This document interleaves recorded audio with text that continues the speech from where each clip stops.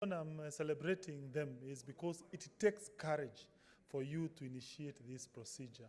And even if it's not successful, that does not mean the governor will not maybe take some remedial measures to ensure you are in tandem with the members of the county assembly. I also celebrate MCAs from my region of Mount Kenya and Central region. In Murang'a, MCAs did impeach the governor. In Embu, now in Kirinyaga, in Kiambu, in Nyeri. When you compare our region where I come from vis-a-vis other regions, it shows my MCAs, they have high level of political consciousness. Of course, you should not just impeach for the sake of impeaching.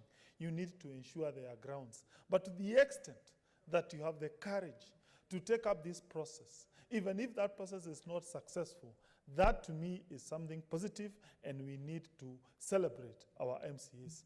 Mr. Speaker, I also urge our MCAs, before they initiate the procedure, they should look at various issues. Number one, it is usually important, of course not a must, that when you are bringing grounds, maybe those grounds have been verified by other entities.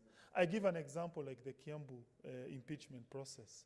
There were grounds that have been verified by the DCI, and then they have been verified by the DPP, a constitutional body. And then as a result of that verification, the governor had been taken to court. That to me was a fair and a more cogent process.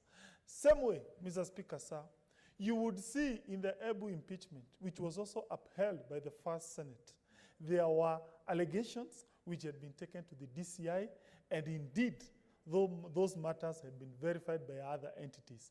I would urge any other entity that wants to institute this process, they consider, maybe for instance, first taking the matter before the Public Accounts Committee of the various county assembly, also be consulting the EACC and maybe even the DCI.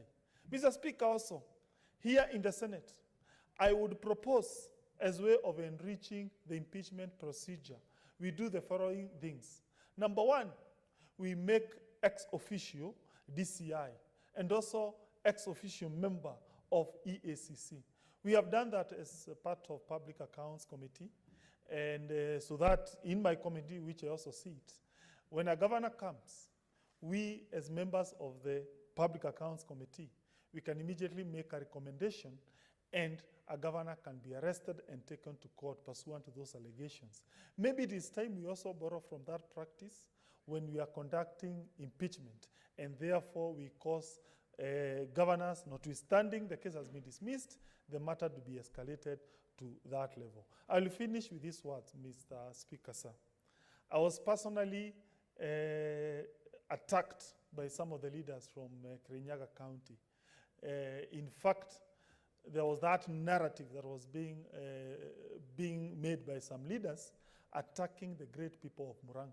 Let everyone know, those of us who come from Murang'a County, we are very proud of that heritage.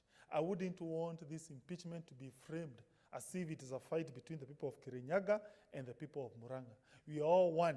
We are neighbors. And therefore, we should not be seen as if we are fighting.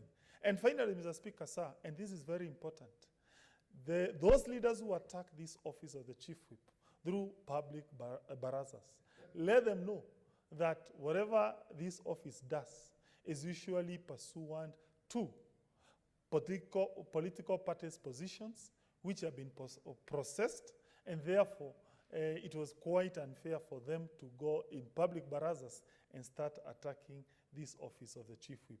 With that, thank you.